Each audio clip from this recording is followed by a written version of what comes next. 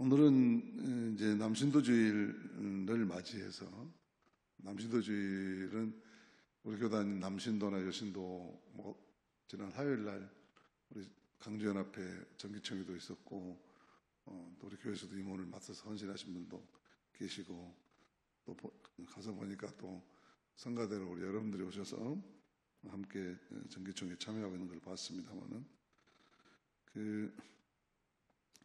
이 남신도 여신도가 이 주일은 여러 가지 선교 일을 많이 하죠. 교단 안에 큰 선교적인 해마다 주제가 정해지면 그것을 위해서 실천하는 여러 가지 사역들이 있습니다. 고유의 사역들도 있고 또 해마다 총회가 주어지는 사역들도 있고.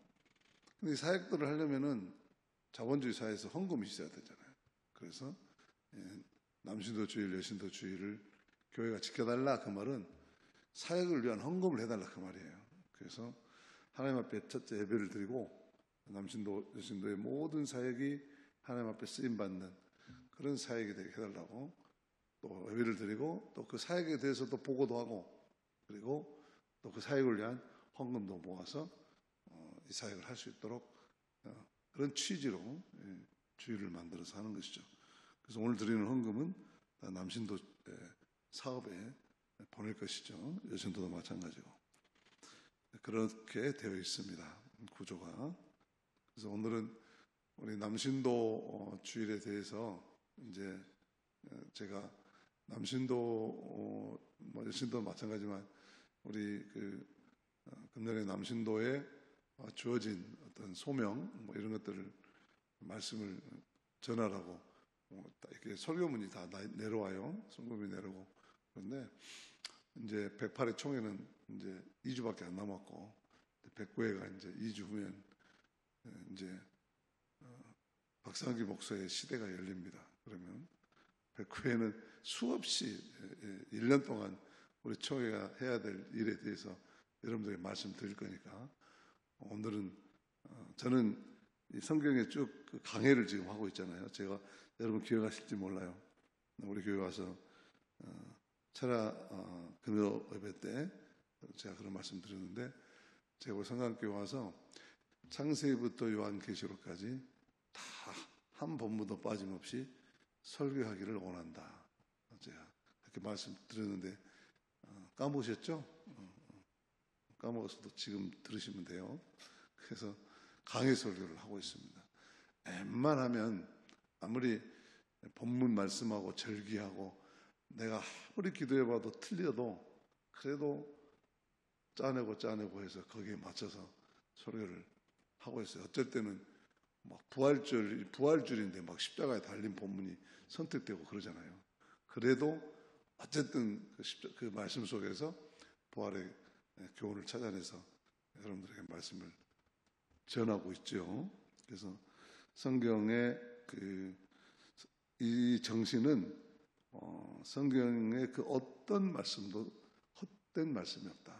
그래서 모든 것은 하나의 말씀이고 그런 말씀을 성도들이 골고루 먹어야 맛있는 것만 먹고 맛없는 거 안 먹으면 영양실조 걸리잖아요. 그래서 편식을 하면 그래서 건강에 좋지 않죠. 그래서 모든 말씀을 다 하나의 말씀으로 잘 먹어서 소화시켜야 되고 그것을 풀어줘야 될 책임이 어느 말씀이든지 풀어줘야 될 책임이 담임 목사님한테 하나님이 주신 거예요.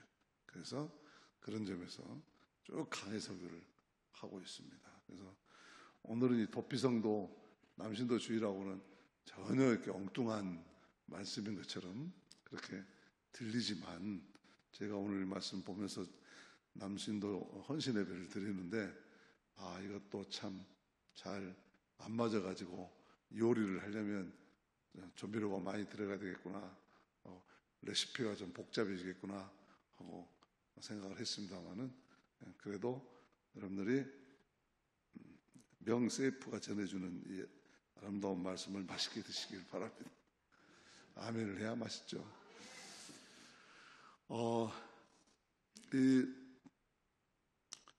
이제 가나안 땅에 다 분배를 했습니다. 여러분 생각해 보세요. 다 땅을 주고 이제 거기서 정복을 하고 집을 짓고 살라겠는데 이제 다 끝났어요. 끝나자마자 이런 성을 두어라 하고 소위 도피성 6개를 요단 동쪽에 3개, 요단 서쪽에 3개 도피성을 두도록 율법이 명하고 있어요.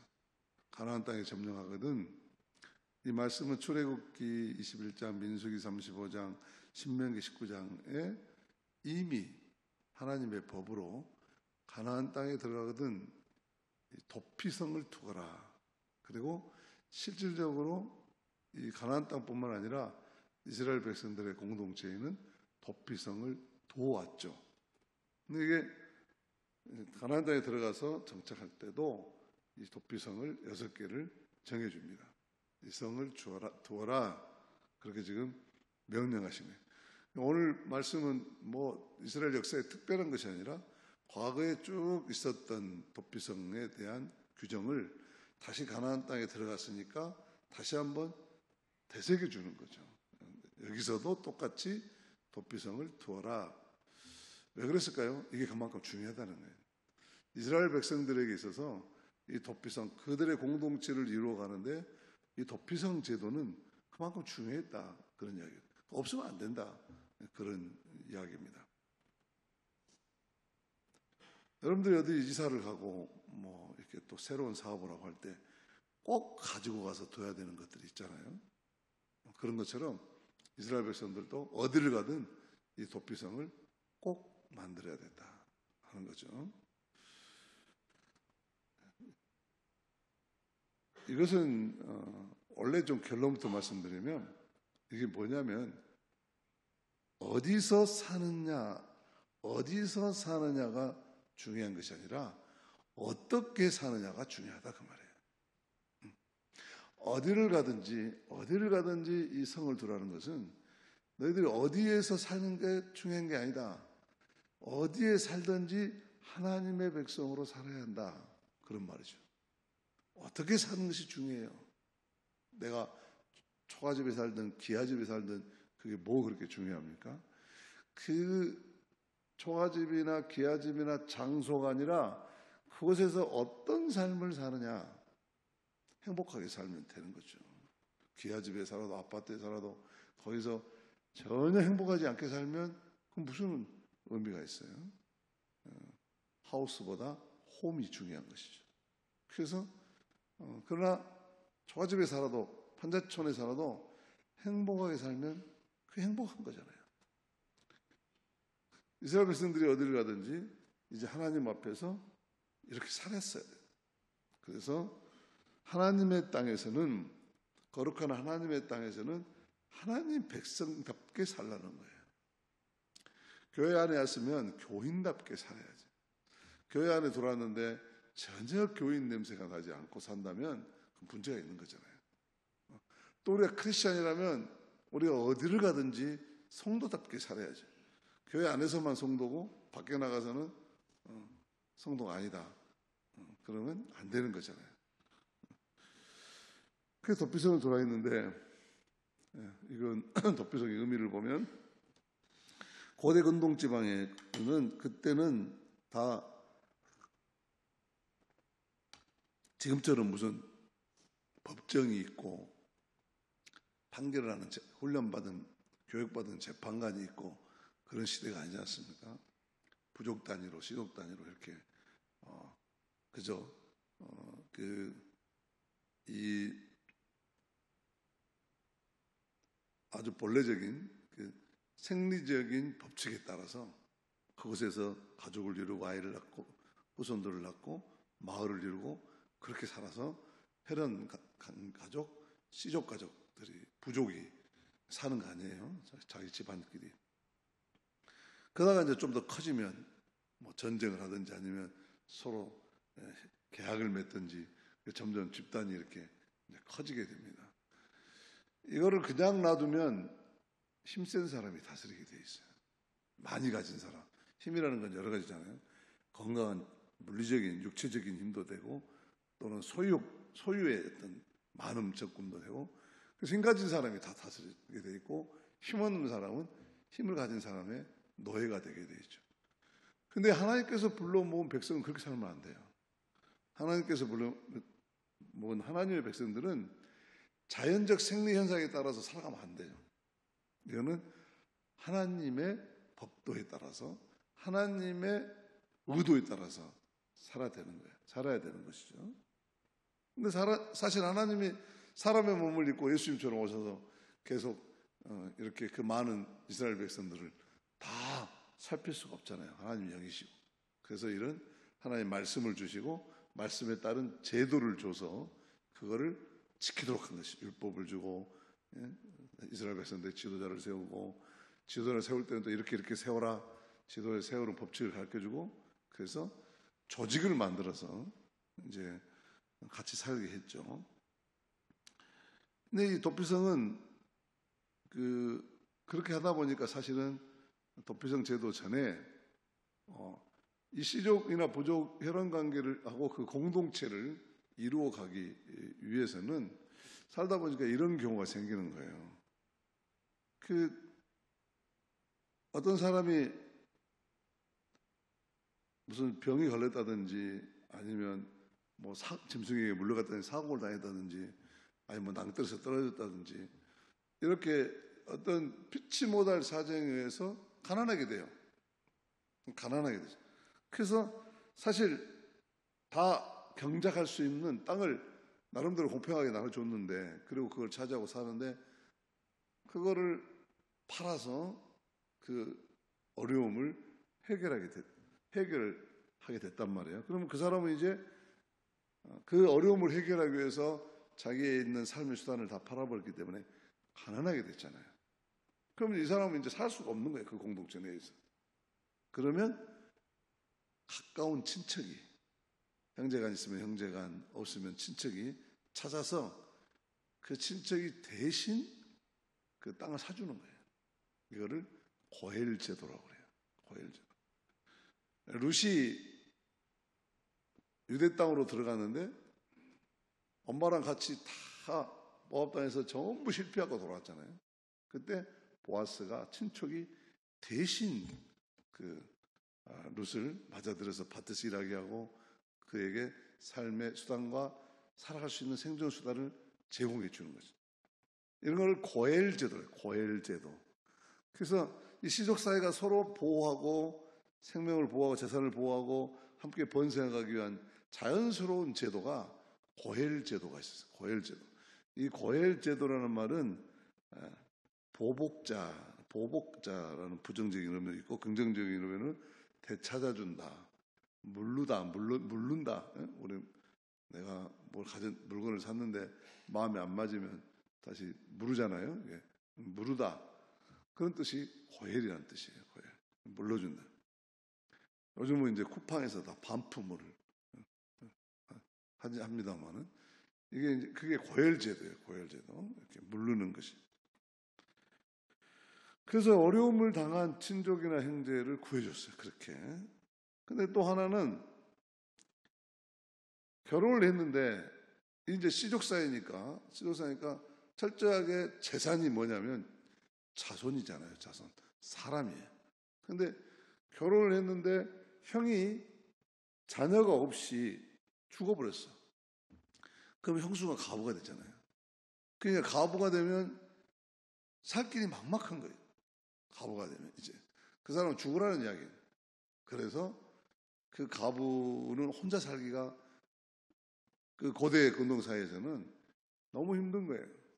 밖으로부터의 위험도 있을 것이고 또 자기가 살아가는 생명 수단도 있을 건데 여자 혼자 살기가 너무 힘든 거죠. 그랬을 때는 동생이 그 다음 동생이 그 형수랑 결혼을 해서 거기서 아이를 낳고 살도록 해줬단 말이죠. 그래서 형수 치수법이라고 그러죠. 그러니까 룻기에 잘 나와 있죠. 오르파와 룻이 남편들이 다 죽었잖아요. 근데 그걸 물려주려 했는데 물려줄 아들이 없는 거야. 그러니까 시어머니가 돌아가라고 그러잖아요. 내가 이제 너희들에게 물려줄 아들도 없다. 아들도 못 난다. 이제 나도 남편이 죽고 그래서 더 이상 너희 시동생이 세국에 가능성이 없지 않냐. 그러니까 돌아가거라. 그렇게 설득하잖아요. 오르파는 설득을 당해서 돌아가고, 롯은 유명한 이야기 하지 않습니까? 아니요, 내가 어머니가 그렇게 남편 자식들 다 있고 너 그렇게 꿋꿋하게 살아가시는 모습을 보니까 어머니에게는 뭔가 남다른 내적인 내공이 있습니다. 그게 뭔가 봤더니 어머니의 신앙입니다. 나 그 신앙, 나도 똑같이 어머니랑 똑같이 가부가 됐고 똑같은 신세가 됐는데 나도 어머니처럼 그 신앙 지키고 살랍니다. 어머니 하나님이 나의 하나님, 어머니 가시는 곳이 내가 갈 곳이, 그거 따라가잖아요. 그래서 보아스를 만나게 되죠. 거기서도 고엘 제도를 우리가 봅니다. 그 두 가지가 다 나타나 있어요. 땅을 보아스가 고엘 제도, 땅을 와서 농사를 짓도록 이삭을 줍고 할 수 있도록 배려하는 것. 그 다음에 거기서 나오는 룻의 이야기에서 내가 너희들에게 둘 동생이 없다. 이건 다 고엘 제도를 말하고 있는 거죠. 이제 또 한 가지가 있어요. 또 한 가지가 뭐냐면 사람이 죽었어. 남에게. 우리 가족 중에 누구 하나가 죽었어. 그러면 반드시 그건 복수를 해야 돼요. 고엘 제도는 다른 가족이 그 사람을 복수를 해야 돼요. 그러니까 사람을 만약에 누가 우리 형을 죽였어. 그러면 우리가 그 동생이 대신 가서 그 사람을 죽여야 돼. 이제 이에는 이로, 악에는 눈에는 눈으로 하는 이런 이제 복수법이네. 고엘 제도가 대신 가서 복수해 준다는 거예요. 다른 건 다 좋은데 여기서 문제가 생기는 거죠. 어떤 문제? 어떤 사람이 성경에 있는 이야기예요.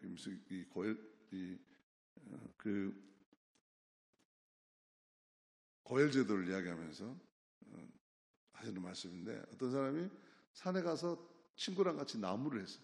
도끼로 나무를 패다가 이 도끼로 나무를 쳤는데 이 도끼 날이 나무가 부러지면서 이 도끼 날이 튀어가지고 옆에 있는 친구한테 가가지고 머리를 정통으로 맞아서 친구가 죽어버렸어요. 이거는 고의로 살해한 게 아니잖아요. 실수로 소위 요즘 말하면 가실치사잖아요. 오늘 성경의 말씀은 부지중에, 깨닫지 못하는 중에, 부지중에.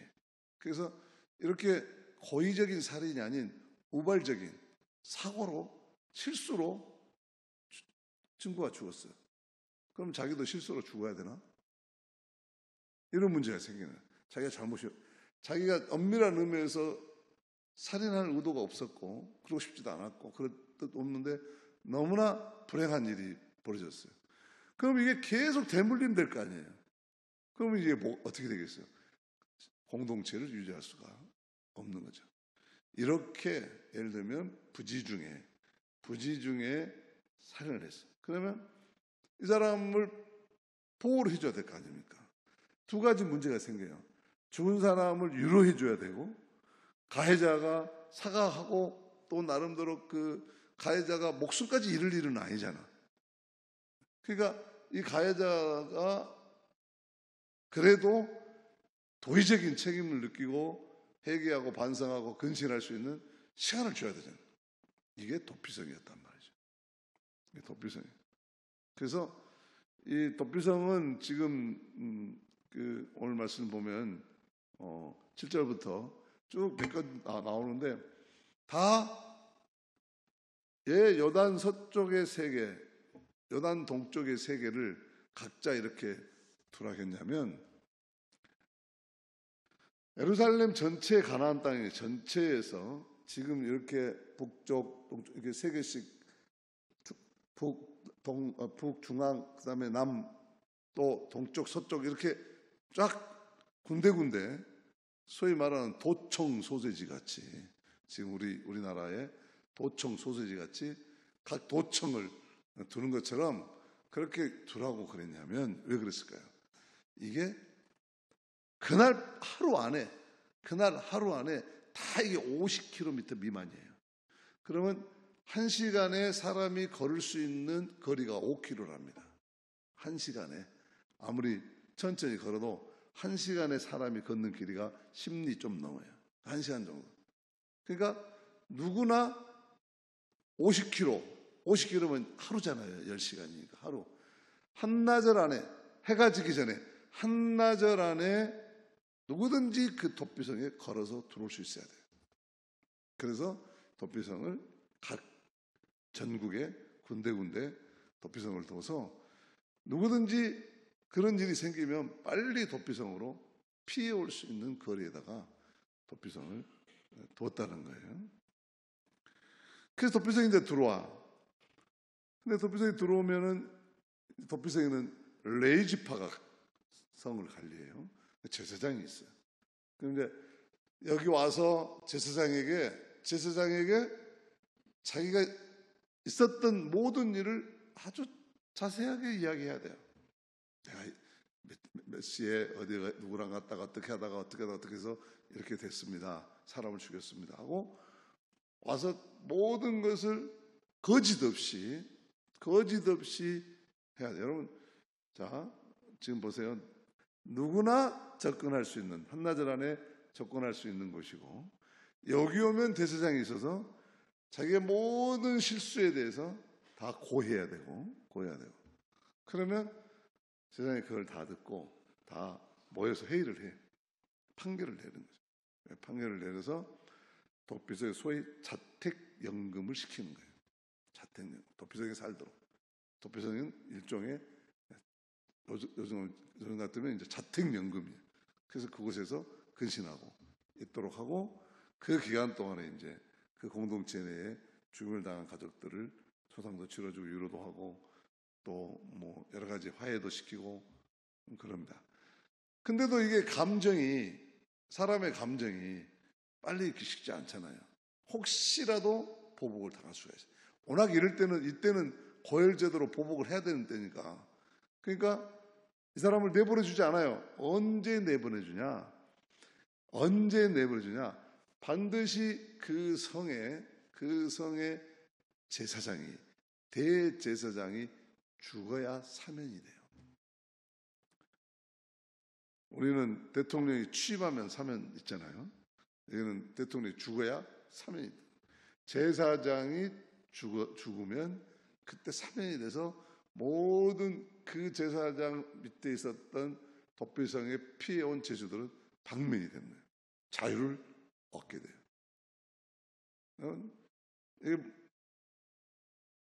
이러니까 오늘 남신도주의라고 이 말씀이 참 맞구나 하는 것을 여러분들이 감을 잡으셔야 돼요. 바로 이게 교회예요, 교회.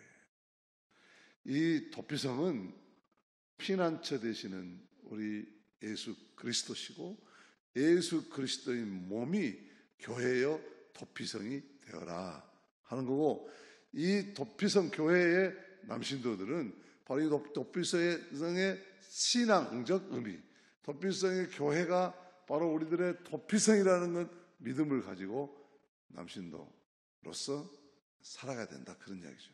무슨 이야기입니까? 이런 거. 근데 혹시 이제 도피성을 사람이 살다 보니까 악용하는 사람도 있을 거 아니에요? 자기가 고의적으로 죽여놓고는 도피성으로 와서 내가 실수했습니다.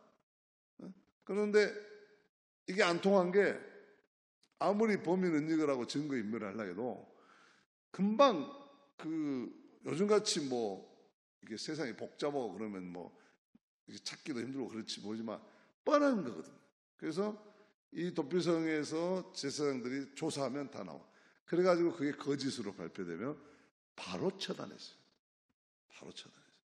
그렇기 때문에 그럴 일들이, 사람이 하는 일이 있으니까 만에 하나 어쩌다 하나 있을 수는 있었는지는 모르겠지만 그럴 가능성은 거의 없어요. 그래서 거짓이 드러나면 바로 처단됐고, 그게 진실이라면 가택연금해 가지고 대제사장이 할 때까지 그래서 이 고헬제도와 도피성 제도가 상반되는 것 같지만, 이것은 상반된 것이 아니라 고헬제도를 보강해주고, 고헬제도를 만드신 하나님의 그 의도가 더 풍성하게 하도록 도피성을 두는 거예요. 그 도피성은 하나님의 사랑이에요. 하나님께서 왜 이 도피성을 두라겠냐면, 하나님은 아셔요. 뭘 아냐면 인간이 얼마나 약하다는 것을 아세요. 누구나 실수할 수 있다는 걸 아세요. 누구나 죄 지을 수 있다는 걸 아세요. 그래서 사람은 완벽하지가 않아. 그래서 이 연약함을 아시는 거예요. 자기는 정말 그렇게 의도하지 않았는데 자기가 의도하는 것과는 전혀 다른 불행한 삶의 결과를 맞이할 수도 있어요. 나는 그런 뜻이 아니었는데 왜 이렇게 됐지? 그 하나님은 인간의 그런 연약함을 아시는 거예요. 사람과 사람이 같이 섞여 살다 보면은 하루에도 수없이 의도하지 않게 남에게 상처 주고 사는 경우가 너무나 많아요. 우리가 성도로서 정말 늘 하나님 말씀 앞에 서고 기도하고 예수님을 닮아가고 그런 마음을 내어놓고 서로 산다고 하지만 나도 모르게 자기 자신도 모르게 다른 사람에게 그렇게 아름다운 거룩한 교회를 기스낼 때가 너무 많아요. 그래서 자기 의도하지 않게 그런 실수를 할 수가 있고, 또 하나의 연약함은 뭐냐면 사람은 자기 감정을 잘 못 다스려요. 감정이 너무 약하다는 걸 알아요. 욱 해가지고 사건 따져보지도 않고 네가 우리 가족 죽였어? 그것만 생각해요. 결과만 생각하고 감정이 폭붙여서 더 큰 일을, 더 큰 죄를 저지를 수 있는 거예요. 사람이요, 오늘 아침에인가요? 내가 화내지 말라고 문자 보냈죠. 날 더우니까 화내지 말라고. 감정을 다스려야 합니다. 감정 다스리기가 쉽지 않아요. 그렇게 새벽에 와서 기도하고 이렇게 수요일에서 예배하고 그냥 이렇게 성경 공부하고 말씀 들을 때는 그렇지요. 내가 진짜 하나님 성령이 충만하고 살랍니다. 그래놓고 나가다가 이렇게 날 더운데 누가 내가 지금 갈라는데 내 앞에다가 내 차 앞에다가 누가 바짝 부숴 차를 대놨으면 뭐라 그래? 어떤 인간이 차를 이렇게 대놓는 거야? 그런단 말이죠. 우리 교인들은 그렇게 생각 안 하죠. 주께서 여기다 갖다 놔셨구나.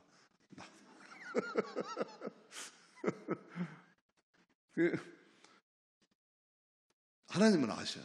우리가 얼마나 감정적으로 약한 인간이라는 것을. 그래서 계속해서 자칫 잘못하면 이 신앙의 하나님의 백성들의 공동체가 완전히 엉망진창이 된다는 걸 아죠. 그래서 최선이 아닌, 최선은 완벽한 인간을 만들어주고 그러면 아주 강한 인간을 만들어주면 되겠지만 죄를 저지른 인간이 완벽할 수가 없잖아요. 이게 최선은 아니니까 그 다음에 차선책으로 고일제도와 연약함을 아시는 하나님의 배려로 도피성을 두시는, 이게 하나님의 궁휼하심이에요. 우리를 향한 우리의 연약함을 아시는 하나님의 궁휼하심이 이런 제도를 두었다. 자, 이제 이게 신약으로 넘어오면 이 모든 도피성, 우리의 도피성은 누구시죠? 예수님이시죠.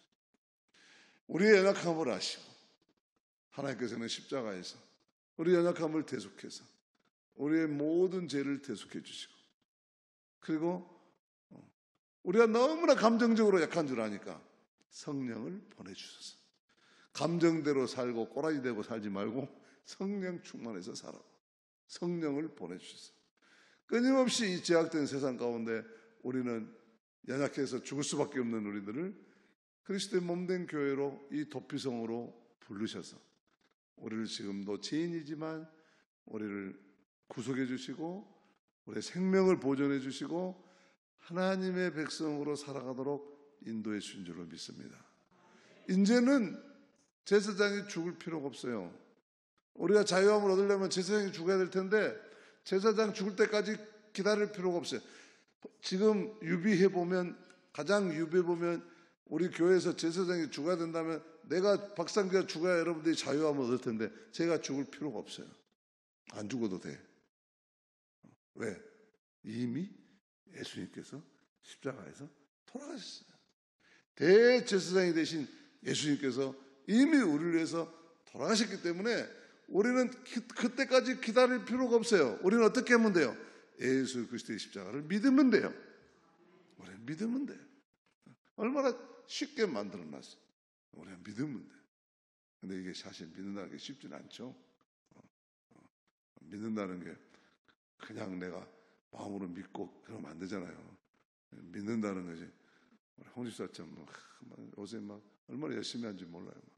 지난번에 식사도 한번 하는데 혼자 막 뻘뻘 땀 흘려가지고, 어저께 또 여정교회 갔더니 또 그 성가대에 앉아있지만, 요새는 가는 곳마다 없는 데가 없더라고. 항상 얼마나 믿는다는 게 쉬운 일이 아니에요. 믿음이 정말 힘든 거예요. 그러나 정말 우리가 대세상이 안 죽어도 되는 그런 하나님의 은혜로 이제 됐고, 또 이 예수 그리스도의 몸된 교회는 뭐예요? 누구나 올 수 있어야 돼요. 누구나 편하게 올 수 있어야 돼요. 누구나 와서 이곳에 올 수 있다. 근데 어떤 누구? 죄지은 실수로 죽을 수밖에 없게 된, 여러분들이 만약 고의적으로 죄지었으면 벌 좀 받아야지. 근데 실수로 죄지어서 여기 와서 회개하고, 그리고 여기서 다른 죄는 사법적으로 대가를 받았더라도 영적으로는 이거 그리스도의 교회에 와서 용서받고 새로운 생명을 얻는 기회를 얻어야 할 줄로 믿습니다. 이거 안 하면 죽는 거예요. 이거 안 하면, 옛날에는 복수자한테 죽었지만 이제는 누구한테 죽어요? 스스로 죽는 거예요. 영적으로 죽는 거예요. 그러니까 이제는 교회에 누구 나와서 누구든지 이곳에 와서 다시 새롭게 치유되고 회복되고, 이건 우리에게 어떤 의미가 있는 것입니까? 우리가 신앙생활 하다가 정말 아프고 힘들고 괴로운 일을 당해서도 누구나 오시오. 피난처 되시는 우리 예수님 앞에 우리 교회로 와야 되고, 또 교회는 그리스도의 지체인 우리들은 그렇게 와야 될 대상이기도 하지만 그런 도피성의 사랑을 베풀어줄 주체도 되는 거예요. 우리가 누구나 오면 다 그리스도의 사랑으로 따뜻하게 맞아주고 용서해주고 그래야 될 줄로 믿습니다. 교회에서요, 그럼에도 불구하고 이 도피성을, 교회가 도피성이라는 의미를 제대로 모르면요, 이렇게 이야기해요. 누가 왔어? 저 사람 뭐 한 사람이야? 과거에 지존파였대. 그럼 그래? 지존파요? 목사님, 저 사람 구역에서 빼주세요. 저 사람 우리 구역으로 보내면 안 돼요. 그래요, 안 그래요? 그래요, 안 그래요? 성강교회는 안 그래? 이렇게 대답을 해야지. 그렇게. 우리 교회는 안 그래요. 우리 교회는 그래요? 우리 제 구역으로 보내주세요. 저 사람한테 어떤 아름다운 사연이 있길래 저렇게 지존파가 돼갖고, 그 지존파가 아니라 정말 하나님을 존귀하게 여기는 지존파가 돼서 왔는지 그렇게 이런 설교가 길어질 것 같으네. 여러분들이 이해를 못 하신 것 같아요. 그런 마음으로 신앙생활 하시기 바랍니다. 교회 안에는 선입감이 있으면 안 돼요. 선입감. 세상에서 어떻게 했든 간에, 과거에 어떤 간, 과거가 뭐 그렇게 중요해? 중요한 것은 교회는요, 다가오는 하나님의 나라, 찾아오시는 성령님 아래서 내가 지금 어떻게 반응하느냐, 그게 우리 희망이 있는 거예요. 과거에 내가 살아온 어떤 그걸로 희망이 맞는 게 아니라, 교회는 철저하게 내 과거 됐던 다가오고 계시는 하나님의 나라가 희망이에요. 그래서 우리는 다가오고 있는 것을 우리가 믿음으로 받아들이는 거죠. 소망을 믿음으로 받아서 사랑으로 실천하는 것이 믿음, 소망, 사랑의 삶이에요. 그래서 우리는 과거의 선입감으로 보지 말고 언제나 그 사람의 미래를 봐줘야 돼요. 그 사람의 가능성을 봐주고, 그래서 축복해주고, 그럼 얼마나 교회가 신나겠어요. 근데 우리는 사람인지라 이 눈이 거룩한 영적인 안목을 띄고 있을 때 우리 눈이 이게 눈인데, 이게 그런 선입감을 가지고 있고 삐딱하게 바라보면 이게 눈이 아니라 눈깔이 된다고. 그래갖고 이게 눈깔질을 한다고. 올바른 시선으로 바라봐야 돼. 눈깔질하면 안 돼. 그래서 삐딱하게 바라보고, 그러면 생명이 살지를 못해요. 도피성은 그런 게 아니에요. 모든 것을 그리스도의 사랑의 시각에서 바라보고 그가 설령 실수를 했더라도 그를 이해하고 그를 용납하고 그래서 새로운 삶의 기회를 주고 새로운 가능성을 열어주는 것이 바로 교회고 우리 남신도회가 되어야 될 줄로 믿습니다. 아까 우리 안현수 시장님 기도하시는데 우리 안현수 시장님 기도를 저렇게 잘하셨다고 저렇게 훌륭하게 좋으신 집사님으로 성장한 것에 대해서 여러분 박수 한번 쳐주세요. 우리 안현수 시장님 처음에는 저렇게 기도할 줄 몰랐어요. 지금 기도가 얼마나 그 기도 잘하시는데 혹시 홍 권사님이 써주지 않았죠? 기도를 잘하시는데 거의 무슨 기도를 했냐면 일남에서 산안까지 다 우리가 다르고 직장도 다르고 생각도 다르고 다 다른데 다 우리가 하나 돼서 남신도에서 이렇게 사랑으로 섬기고 세워가고 있다고 그렇게 기도하셨잖아요.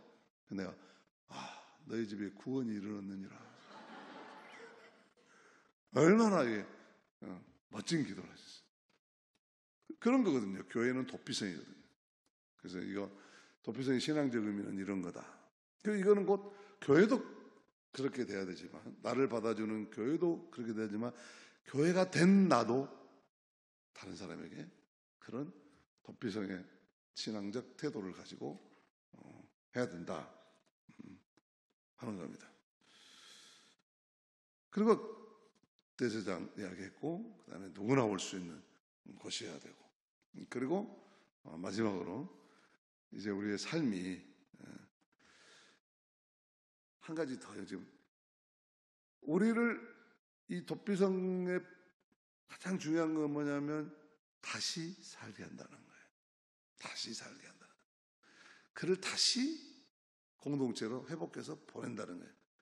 다시 말해서 우리의 삶에 우리를 다시 살게 하는 부활의 치유와 회복과 부활의 은혜는 오직 이제는 도피성 대신 우리 예수 그리스도뿐이다. 여보세요. 속전이라는 게 있어요. 속전 뭐냐면 죄를 대속해 주는 돈이에요. 그러니까 구약의 제사를 보십시오. 구약의 제사를 보면 송아지 잡고 양 잡고 비둘기 잡고 다 이게 속전 제물이거든요. 속건 제물. 그런데 이 도피성에 사는 사람이 돈이 많아. 양이 많아. 그러면 그걸 주고 빠져나올 수도 있잖아. 근데 안 된다는 거예요, 그게. 오로지 나올 수 있는 거는 대제사장이 죽어야만 나온다는 거예요. 하나님께 기가 막힌 거죠. 모든 생명은, 이게 살인죄에 해당하거든요.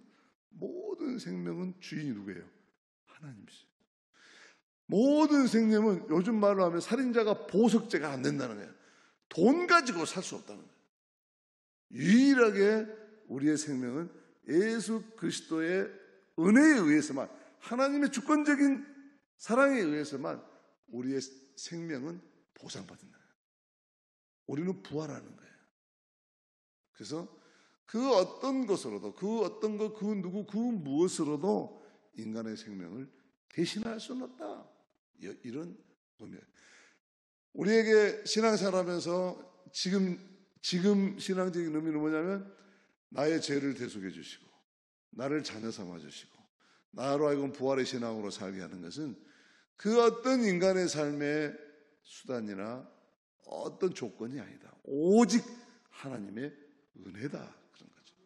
그러니까 이걸 알면 신앙생활하면서 뭐겠어요?